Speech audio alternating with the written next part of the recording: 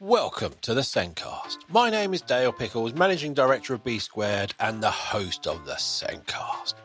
If this is your first Sencast, then welcome. On this week's episode, we discuss the therapeutic effect of birds of prey. This was a really fun episode because not only did my guest Angela Norwood come along, she brought one of her birds of prey with her. So just me, Angela, and a little owl having a hoot. So great fun. So, my guest this week was Angela Norwood, Managing Director of Berkshire Birds of Prey. And you might be thinking, what's the connection between Birds of Prey and SEND? Angela started Berkshire Birds of Prey in 2017, but before that she was a HLTA, specialising in autism and behaviour, basically supporting the kids that didn't fit in.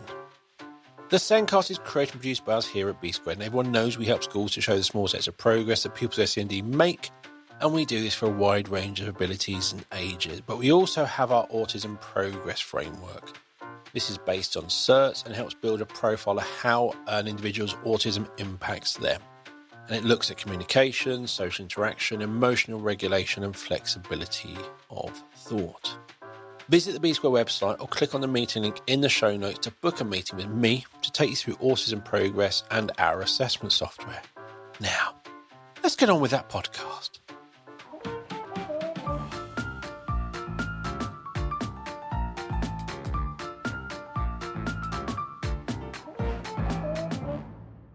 This week, I'm joined by Angela Norwood, Managing Director of Berkshire Birds of Prey. Angela started Berkshire Birds of Prey in 2017, but before this, she was a HLTA specialising in autism and behaviour, basically the kids that don't fit in. Angela uses the birds for mental well-being sessions with children and young people, helping to calm and regulate. Welcome to the show, Angela. Hi, thank you. And as you can probably hear, you've not come alone, have you? No, I haven't. I've brought a Tawny Owl with me. This is Pumba. And she is absolutely beautiful. Very soft and very cuddly and very inquisitive. Yes, she's also already tried to sit on the microphone. Yeah. So, birds of prey, calming, regulation. Where did you come up with the link? Well, basically, I was volunteering whilst I was working in schools. I was volunteering myself with a gentleman in Berkshire with birds. And I myself suffer with bipolar. So I used to just sit there and almost go into a trance, just holding the birds, stroking them. The trust you build with the bird as you're stroking it and feeling the feathers, it's very calming. And after a while, I was sort of donated a couple of birds that needed rehabilitating. These are birds that have been captive bred. That's a nice rouse, Pumba. Rouse is when they fluff up all their feathers or they put them all back into place. And she just did that. Just a lovely sound that it makes. It means that she's feeling comfortable. Nice. And going back, basically, the birds started coming to school with me. And the children that I worked with, you could see a difference in how they reacted to the birds and their level of concentration after they'd sat with a bird for a little while, their ability to talk about things whilst they were holding the birds. So it sort of acts like a little bit, almost like a comforter. And they're able to talk about what's happening for them. And we started using them a little bit more in the school.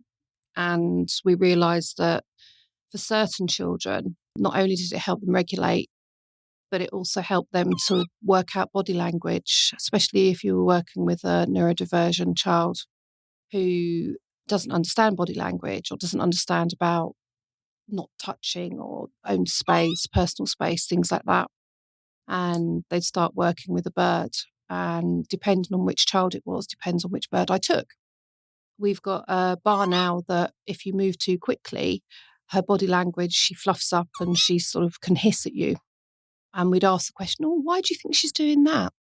And then through the back door, as I call it, the children would learn that they'd relate that to what's going on for them with the children in their classroom. So the classroom scenarios when, that we had this particular child that really was very touchy and would get very close to other children and the other children didn't like it. And he actually worked out whilst he'd been with Bella, our barn owl, that the understanding and the body language of the bird, and he related that to the children in his class, and he was able to then sit that little bit further away from them so he wasn't so close to them and things like that. And then from there, I had a bit of a breakdown. My bipolar got very bad. It was the pressure of the school and not listening to my own body and what I needed to do. And I then went and worked in care. So I went from one end of the extreme to the other, and I was working in care homes.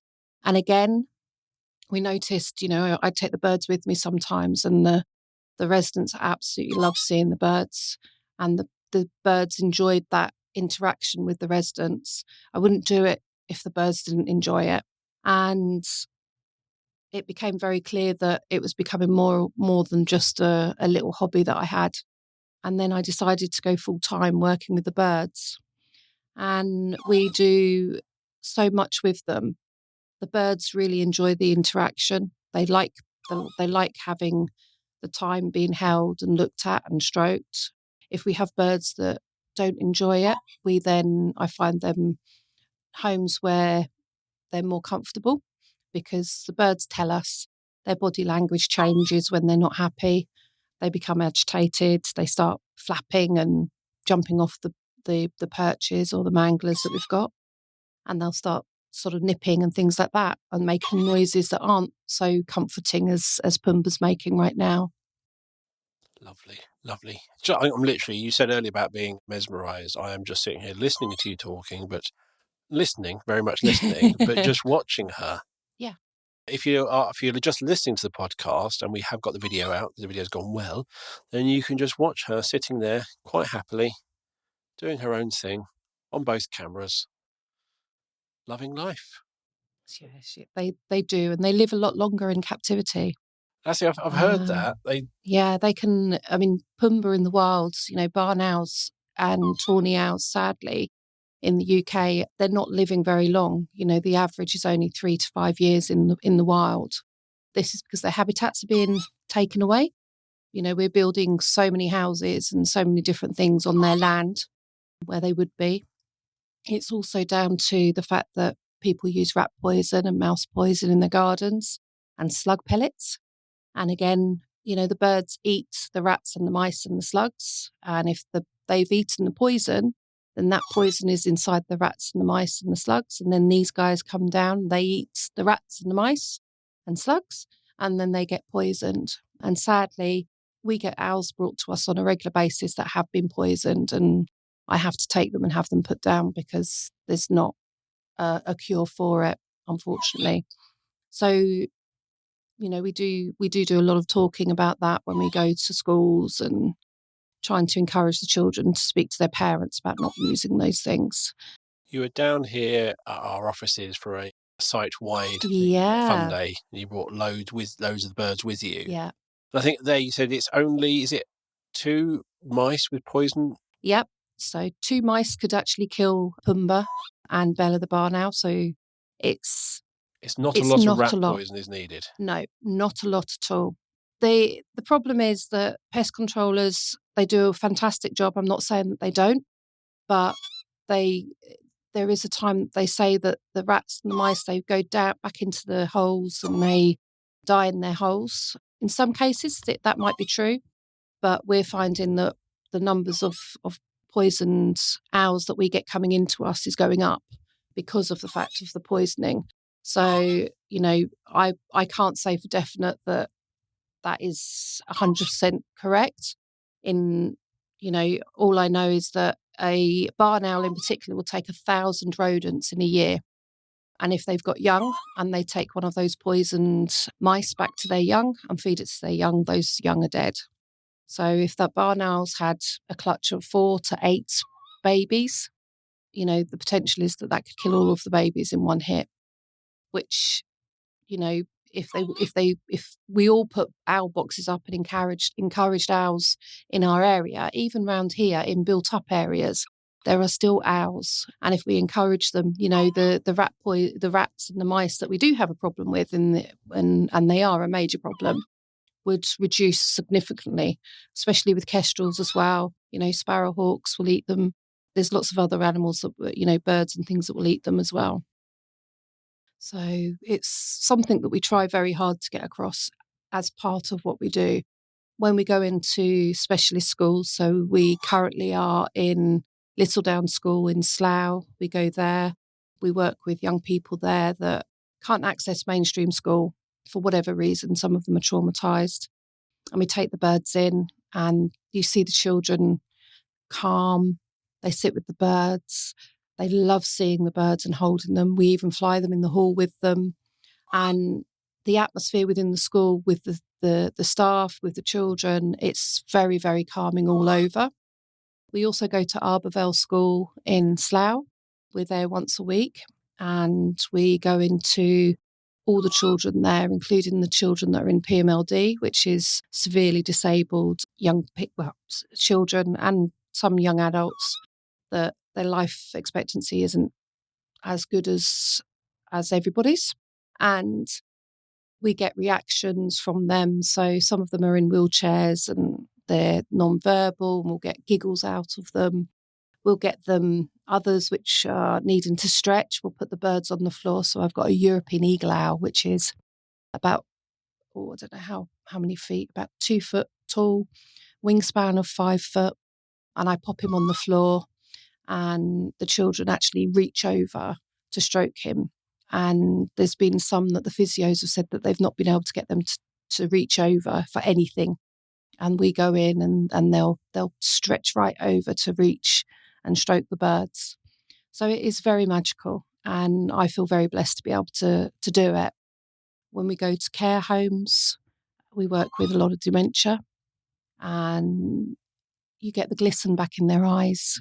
It just for a split second sometimes you'll get that.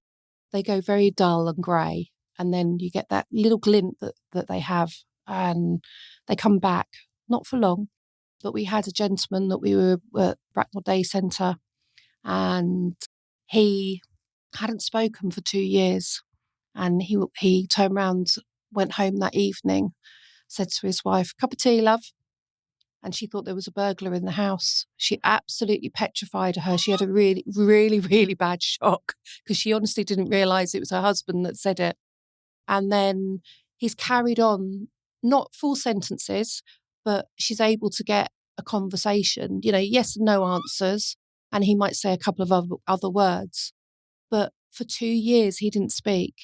And that was the engagement with the birds, just sitting with the birds, stroking.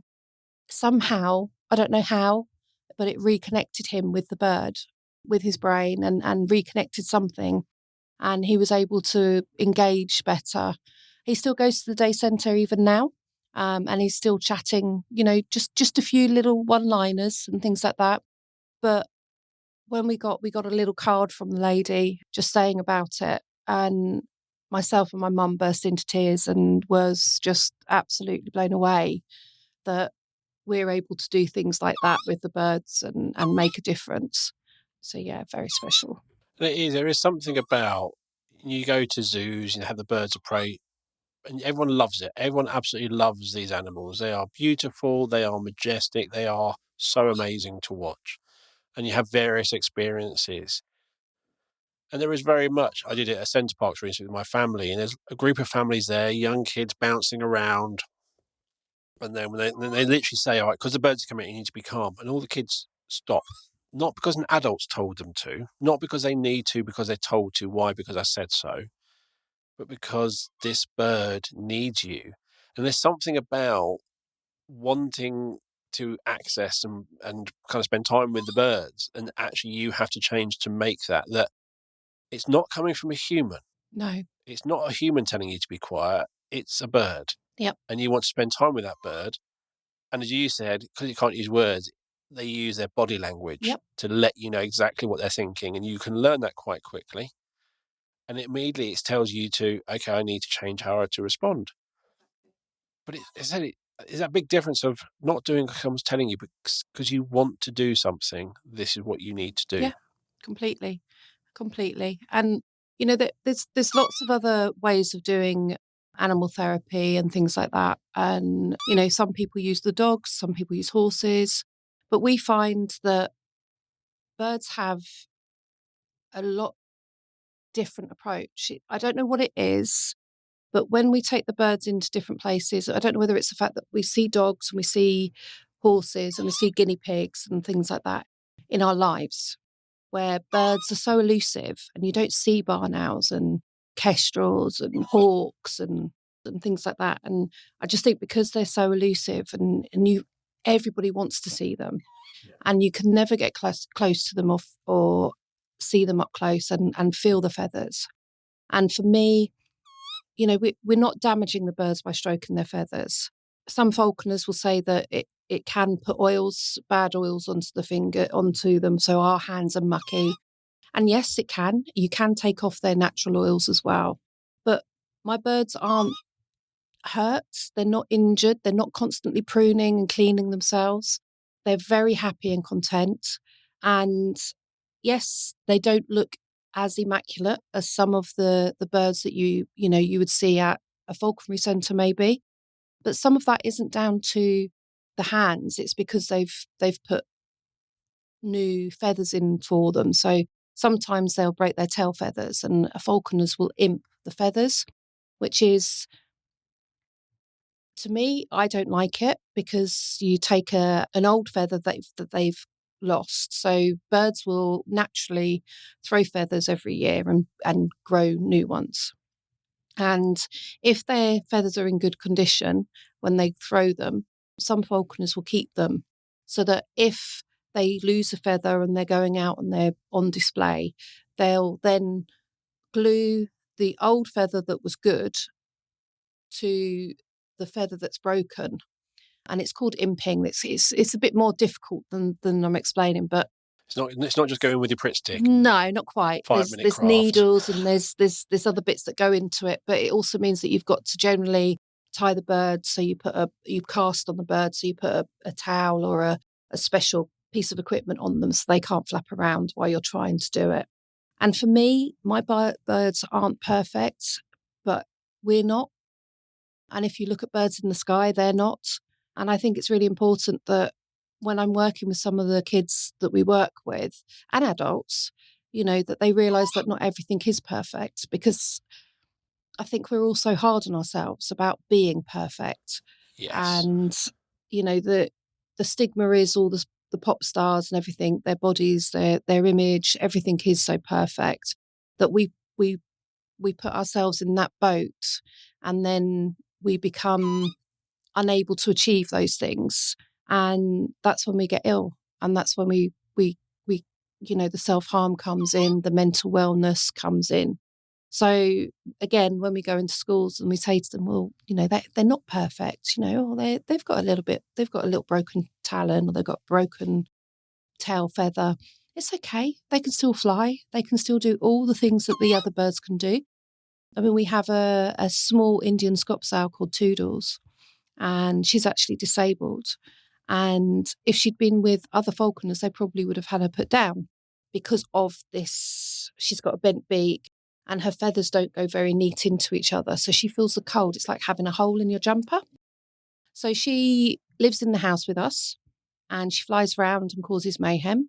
She has her own aviary inside the house and she eats, but it takes her a little bit longer.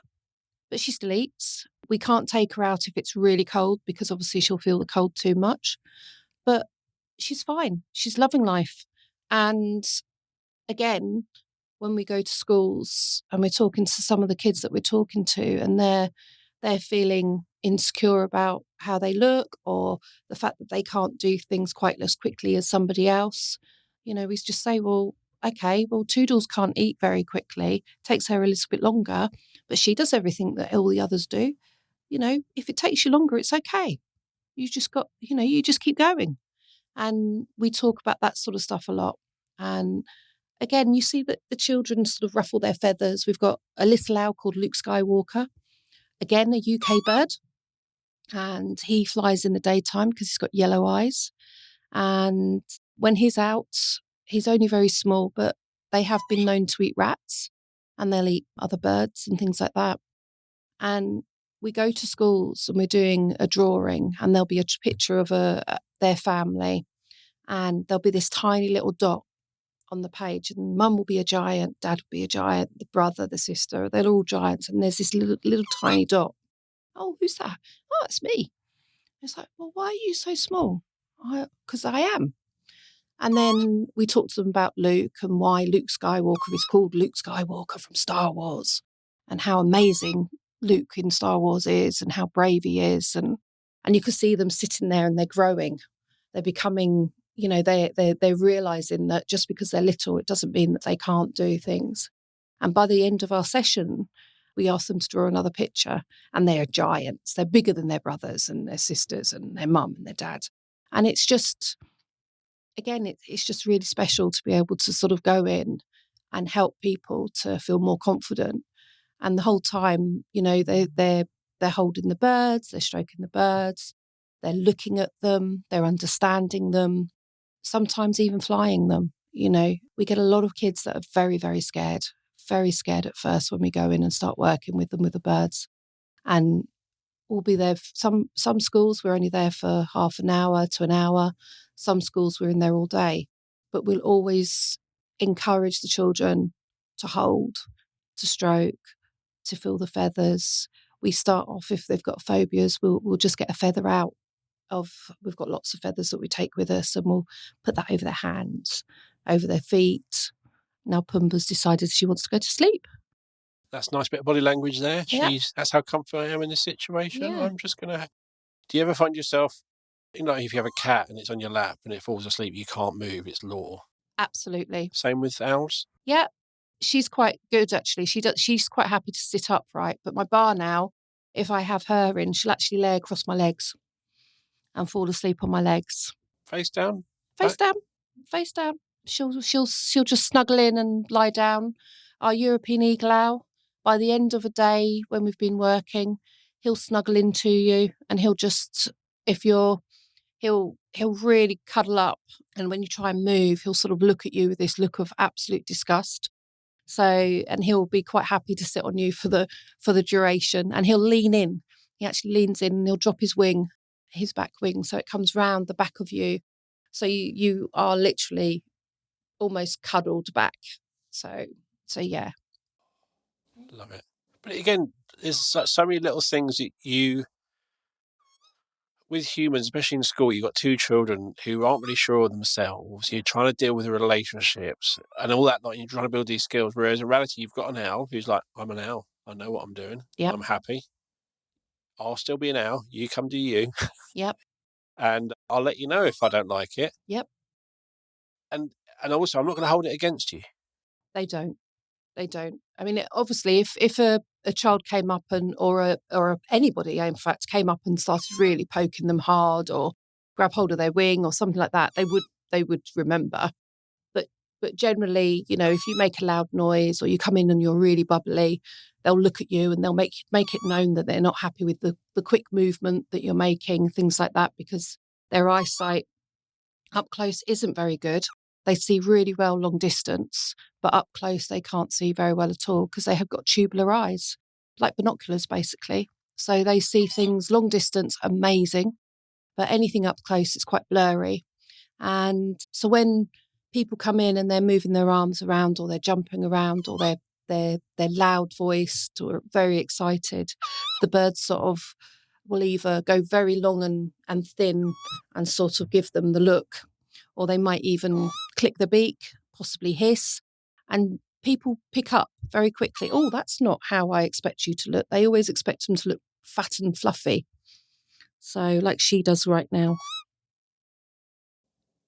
So as soon as, again, it's that instant, really clear body language. Completely. And again, not you did this. And that's very much is the owl's just doing, okay, I'm not liking this. I'm letting you know I don't like this, but I'm not telling you to do anything. I'm not telling you a single thing.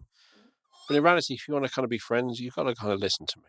Yeah, exactly. And it is just that in itself. And it's very hard to explain what happens or why it happens and why the birds have the reaction, not the birds, but people have that reaction to the birds. I'll say, oh, come in nice and quietly, and you'll get some that will, and some will be a bit more bouncy. and the birds pick up on that and they'll watch them. And all the other children have come in, or whoever the adults have come in, and the birds are just literally fixated on the one or two children that are making lots of movements. And you sort of go up to the ones that have said, been a little bit more boisterous, and you sort of go, why do you think the bird's watching you? What do you think's, is there something wrong? Or do you think everything's okay? And they sort of look, and it's like they get this light bulb moment, and they go, oh, okay, I shouldn't be doing that. And they sit, and then, oh, what are you doing now? What's different? And then they tell me why they're sitting the way they're sitting. They don't notice their peers. They don't notice what's going on with their peers, but they do notice what's going on with the birds. Sometimes they'll even question it. They'll actually put their hand up and ask before I get a chance to go and ask them. And that's quite cool when that happens. And it really, really does work with kids that are struggling in school, to be able to work with them. Well, we are very inclusive. I never turn anyone away. We will work with everybody. Because I've had so much experience of working in specialist schools and working with kids with anxiety, depression, you name it, where I've worked with them, blind, stroke victims. It's like you get a sixth sense sometimes, and you can sort of work out whether people are how they're going to be. And sometimes we'll go into a school and we'll only have one child come in, and they'll be because they are on the autistic spectrum, and I will work with them as well. The school's like, oh, no, we can't, we're worried about the bird, we're worried. And it's like, no, please let me take that decision from you. And we start off very, very carefully, and gradually we get closer and closer with the birds, and gradually, and they get to stroke, and the calmness that comes over that child. Sometimes it goes the other way, I have to say. It can heighten their emotions and it can excite them even more.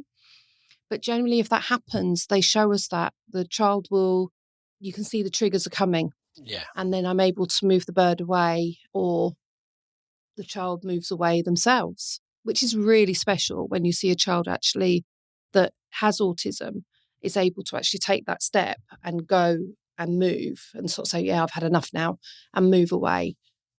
So, yeah, it's... I can imagine for some of these children, when they're bouncing around, they're being a bit noisy. Because there's a reason. They're not just doing it, you know what, today I'm going to be noisy. There's a reason. Yep, absolutely. Yep, they need the movement break. They need that. Absolutely. And then when they're told off by someone, and they hear the voice. Yep. And it makes them, it's that shame, it makes them feel rubbish. Yeah. Because from their point of view, they need to do it, but apparently I can't be me. Yep. But when an owl's just responding and you're just going, yeah, I don't like you doing that near me. It's like, okay, I'll stop. Yep. For a reason, not because, why? Because I said so, because the rules, you need to be quiet. What's the reason I need to be quiet between lessons? It's my movement break. Yep. Whereas actually just going, okay, if I want to be near the owl, I've got to be calm. I've got to be predictable, and I'll do that. And then when I can leave, I can bounce. I can do my... And I think it's something about it not coming from another human. Yep. Not being said in a tone or which makes them feel shame for being who they are. Exactly. But it's just, while we're near the bird, just calm down. What the bird wants, it will let you know if you're doing too much. So you kind of get the boundaries. Yep. For a good reason. And the great thing is that we'll get them breathing. So we'll get them to stroke the bird. So we'll go from sort of just under the beak, and we'll get them to stroke down the feathers, down to the feet. And we'll get them breathing. So we'll be saying to them, breathe out. And as they're going down the feathers, they're breathing out. And then they let go, and then they breathe in, and then back down the feathers. And some of the birds will just be in heaven with them doing that. And it has, again, you can see the child just where they've got their stiffness in their neck, their shoulders are all tight, their arms are tight, and you can see that they're really, really struggling to just feel any sort of relaxation at all. And they'll sit there, and it's almost like it pours out of them after maybe the fifth stroke. You see them their body changes, and and the way they're handling themselves and the way they're stroking changes. And it's a technique that we use quite a bit. And to be able to offer that, to be able to see how it helps. And then what we do is we talk about balloons and we're thinking about you're blowing on a balloon and you're pushing the balloon away, see how far you can get it away from you. And they use that when we're not there. So we start with the birds and then we gradually teach them techniques that they can use without us being there. And then the next time we go in, we do a bit more with them. And it works because they're thinking about stroking the bird, they're thinking about the balloon. And yeah, I can't explain. It's so difficult to explain what happens. But it's magical. It's something about, and I've done like Centre Park's Bird of Prey experience and things like that. And it is, everyone just changes. You get there and you sit around for 10 minutes, you're right, I'm going to get the birds out. And it's like, everyone just goes, and it's almost like, in my head, like, you don't exist, the bird exists. Completely. And you're not focusing on what you're doing, how much your leg hurts, or should I be doing this, or have I got a bill to pay, or am I going to spend too much because I'm at Centre Parks? Definitely in Centre Parks, but worth going. Very much worth going. But it was just, all I cared about was the owl, and not in a horrible way. We literally go, when's my turn, when I'm going to get to hold it? And it is, you just sit there with this owl on your hand, you've got the glove, and you're just sitting there looking at this owl going, this is so cool. Yeah. This is amazing. I think it is because you don't see them. Although they are a lot like the tawny and the barn owl, they are native to the UK. Yeah. You never see them. Very rarely will you see them. You will hear the tawny. The tawny is the typical twoo, and it's two different owls. So you'll have one which will make the like perfect Pumba here, and then you'll get the twoo that comes back. And that's basically two talking to each other.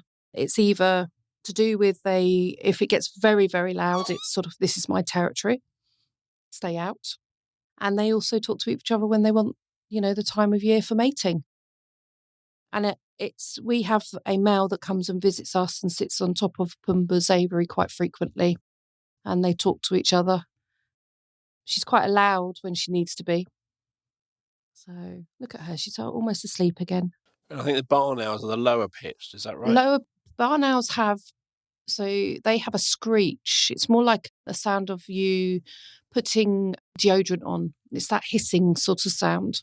And they screech. If they get scared, they'll make a sound very similar to a child that's hurt themselves quite badly, like a toddler, and they really scream. Okay. It's a real screechy noise. They were known as the ghosts. So everyone knows them as the ghost owl or a screech owl. And that's because back in Victorian times, when we used to go to our graveyards and visit our loved ones, quite often the graveyard would be where the rats and the mice were. So you'd have barn owls. And barn owls would quite often be behind the graves. And in smoggy Victorian time, when there was a lot of smog and fog, the barn owls would come out from behind the grave, make that terrible screeching noise and fly over the top of people because they'd got scared. And so that's where the haunting of the graveyards has come from, because of that sort of thing. So we live on the edge of some forest and we hear a lower pitched. What owl's that? So roughly? That would be still the tawny. No, that's fine, better than mine. That would still be the tawny owl. So the tawny owl will make that noise. There is a little owl as well, and the little owls hunt during the daytime, and they're the ones which make the almost like a whoop whoop sound, and they're quite cool. But they hunt daytime, and they look very similar to a thrush flying around, so they're quite erratic when they fly. You'll find them mainly in the edge of the fields on a post, and they'll be popping down onto the floor to pick up small insects and bugs and things like that. But they have been known to eat mice and even rats and other birds as well. It's a hard life being an owl, isn't it? Well, it can be. They're okay if they're kept in captivity. I mean, she hopefully will live till she is about 15 to 20 years old. And that thing earlier, you said earlier about that barn owl's like 3 to 5. Yeah. And it is, and I think part of it is their ability to hunt deteriorates. Yes. But also that ability to, as you said, you talk about habitat is somewhere safe to be. So they're not hunted themselves. Yeah, exactly. It's also to do with climate change. So if a barn owl or these owls get wet, I mean, a barn owl only weighs about 250 to 300 grams in weight. They can fly in the rain, but not greatly because they can get waterlogged. And because they've got so many feathers, they get very waterlogged, and it's like a sponge. You pick a sponge up and it's fine if it's not wet. As soon as it's in the water, it's really heavy. The same with the owls. They get very heavy. They end up falling to the floor, and that's when they get killed by dogs and other things. So that's a bit of a problem for them. The fact that we have so many crows and magpies and the corvants would basically attack them all the time, the rook family, and they'll steal their holes in trees and places to nest. So that's another issue that they have. But if we can get lots of owl boxes put up around the place, if you go on the British Owl Society website, they actually have DIY owl boxes. And if people put them up, they'll tell them how to make them, where to fit them, how high. You never know, you could end up with a tawny owl or a barn owl, little owl, even a kestrel nesting in them. And to have that sitting in your garden, that would be just absolutely brilliant, I think, anyway. It would. And hopefully it will catch the mice before my cat does. Yes. So lots of bells on cats help. Apparently right outside my kitchen door at the moment is a dead pigeon. Ah. Which I'll have to pick up when I get home. Have you got a bell on your cat? No, he gets rid of them. Ah, okay. So we always sort of say about having a bell on the cats because they do attack owls as well. You know, you can get collars that have got the quick release or catch release. So if they do get caught up on anything and a bell on it, just to try and deter them from being able to catch everything. The problem again is that, you know, that cats and dogs are getting poisoned because of the rat poison, the mouse poison as well. So it's sort of, we really do need to get control of that one. Litter. These guys, the owls have terrible eyesight up close. They listen really, really carefully. And what happens for them is that if they hear a paper rattling around on the floor, they might pick up the piece of paper, try to swallow it, get stuck on their tongue, and they have the hole in their tongue for their breathing, and they suffocate. So things like Haribos being dropped on the floor and left there, sometimes the birds will pick them up and they get stuck on their beaks, then they can't open their beaks, and again they die from starvation then. So there's lots of things that us lovely humans do that we need to sort of take a good look at and see what we can do to change things. And again, when you're told don't drop litter, why? It's not nice. It's like, that's not really a reason. But if you're told it's going to harm animals, if you're told it's going to do that, actually you're now going, I need to stop. I'm not being stopped because I've just been told to, but actually I could cause an animal to die by me dropping that. Exactly. And we end up with 90% of the schools that we go into, they say that they end up with at least 100% no litter for a good 3-4 weeks after we've been in there. It starts to deteriorate, so we just send a little email, normally about a month afterwards, just saying, hi guys, how are you getting on with keeping the school lovely and clean, and say, oh, you know, Pumba is really, really pleased with all your hard work. And then they go back up to 100% no litter in school, and we carry that on. And the schools say it makes a huge difference, because we don't just go into schools on, you know, we have regular schools that we visit where we do our therapy work, but we visit lots of other schools as well. We also we do birthday parties, because unfortunately there aren't many grants available to us. So we have to sort of make up money elsewhere to be able to afford to go and do what we really want to do, which is working with the young people with wellness and supporting them. I have about 30 kids that come to the house that work with me currently. I don't have any room for anybody else currently. Out of the 30 that come to the house, I've got maybe 15 that come to shows with us. Some of them are neurodivergent. Some of them are struggling. They've got things at home that are a little bit hard at the moment, and we're supporting them as a family. So it's sort of Berkshire Birds of Prey family. And then the others come and they work with me. It might be that they just come and sit with a bird. They might muck out. They might spend time helping me to fly the birds. And it's it's my way of giving back, because I know how hard school and life can be, and I get a lot of enjoyment out of helping others. Okay. And then on top of that, we do the work where we try and fundraise and things like that so that we can make a living from it as well. I think that whole thing about coming there and kind of looking after birds, even if it's mucking out, again, it's not about you, it's about looking after something else. Yeah. And even going back to the story of the gentleman who hadn't spoken, Yeah. is sometimes you get stuck in your own thoughts, you get stuck in your worries, you get stuck in everything, and you're stuck in a loop. And then there's a bird and it's lovely, stroke them, and then you completely forgot what you were thinking about, because you just thought about the bird. And then you're going, that was a great fun with that bird.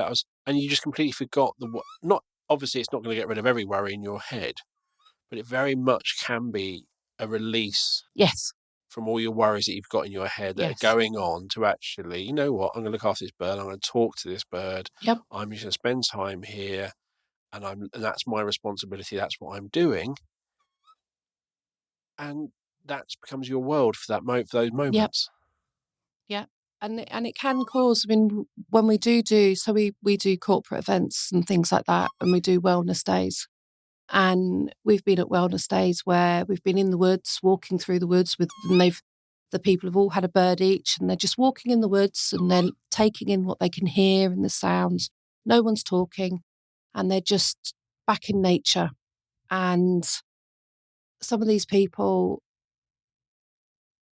we sort of do a talk as we start, saying, look, it's okay, whatever happens. Some people find it very emotional and will cry.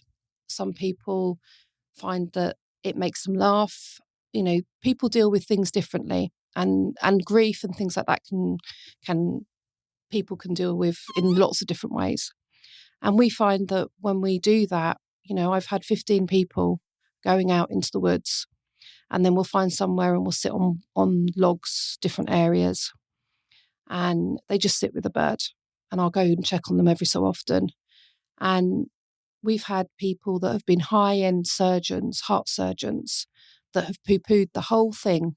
Oh, this isn't going to happen, this is just ridiculous, who have burst into tears, and I've gone and left them for 15, 20 minutes sitting with a bird, and had to go back and sort of say, look, I'll give you another 10 minutes and then we'll have to start walking back or whatever. And actually apologise to the rest of the people that was there, because they had poo-pooed it and made it very clear that they thought it wasn't going to do anything. And again, it's just that connection with the bird, with nature, stroking the bird, having that trust with the bird, allowing your brain to just release all those things that you're putting in boxes and not dealing with because you just don't have time and you don't want to. But somehow the birds have that effect. And they do. They just open up those things if you want it to. I think it's one of the things that if you just sit there with a bird and you'll feel a certain way, and suddenly you're going, I don't think I've felt this way in a long time. I think I've been so busy, I've been so caught up, I've been rushing around, especially a Senko listening to this. You know what it's like, especially if you're a parent and a Senko, you just do not stop. No, you don't. You just going and going and going and going. And then when you get to sit there and just stroke a bird and just, it's not even about you in that moment. It's about just stroking that bird, and then you're suddenly going, that comparison of how you were feeling 5 minutes ago to how you're feeling right now is quite a shock. Yes. Yeah. I mean, for me, I walk in the woods and I can't release what's going on in my head just by walking in the woods. But if I walk with a bird and then I sit and I just hold the bird and I'm stroking the bird, there's something about touching the bird and having that time that allows your brain to actually open up. Now, I don't know what goes on in my head, but it just opens up. And those things for that time do disappear, and I'm able to deal with them a lot easier when I go home. It's not like there's these 150 things going on in my head and I don't know which one to deal with first. I'm able to go, okay, all right, let's put them into order. Let's go back. Let's do this. So, there are times that in Bracknell that they see me around South Hill Park walking with a bird. South Hill Park, quite often we sit out the back and we'll have a tea or a coffee and we'll take the birds over there. And sometimes that's because I need to sort of step back in time and just have my moment. It's like when you have the conversation when you're driving, because you're not looking at each other. Exactly. You're not having that confrontational, a bit like we are right now, looking at each other and face on. I would ask you a question. It's like, this is about me. I've got to answer this. It can be quite intense. The moment you're both sitting there staring out, it's not really.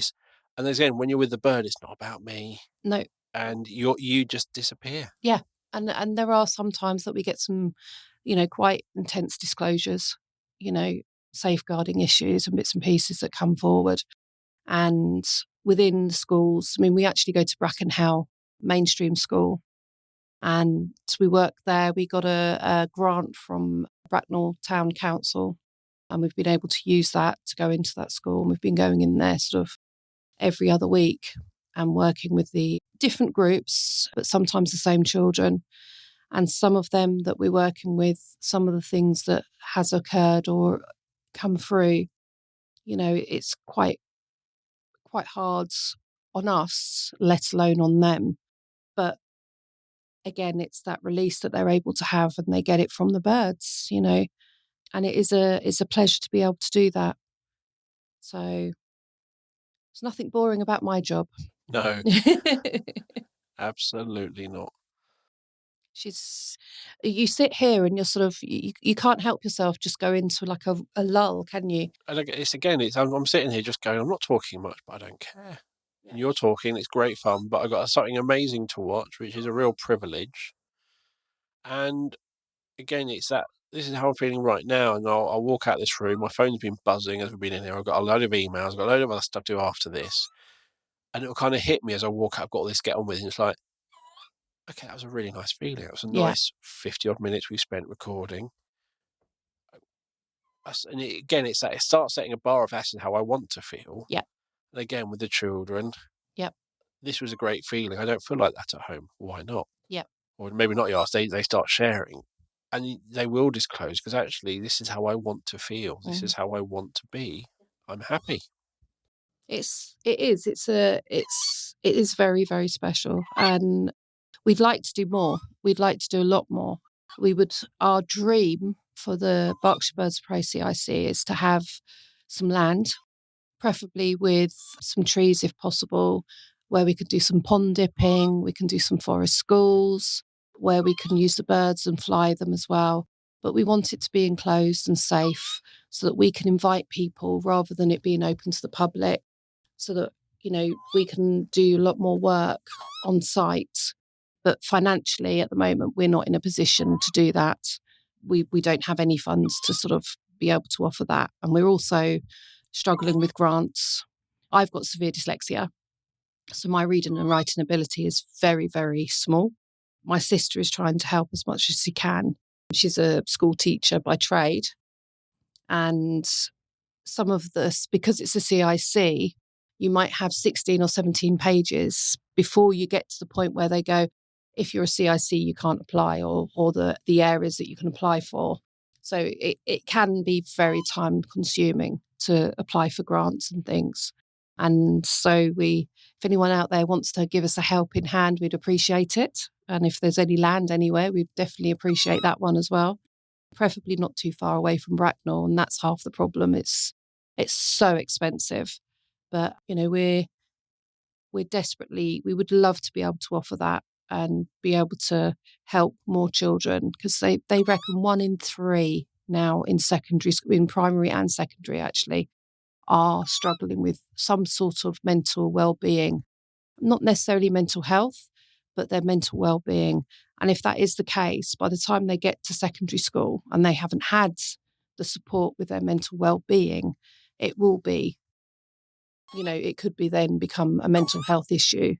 And that we don't want. We need to get on top of our the health of our children and young people massively, because if we don't, we're going to be a very unhappy society growing forward.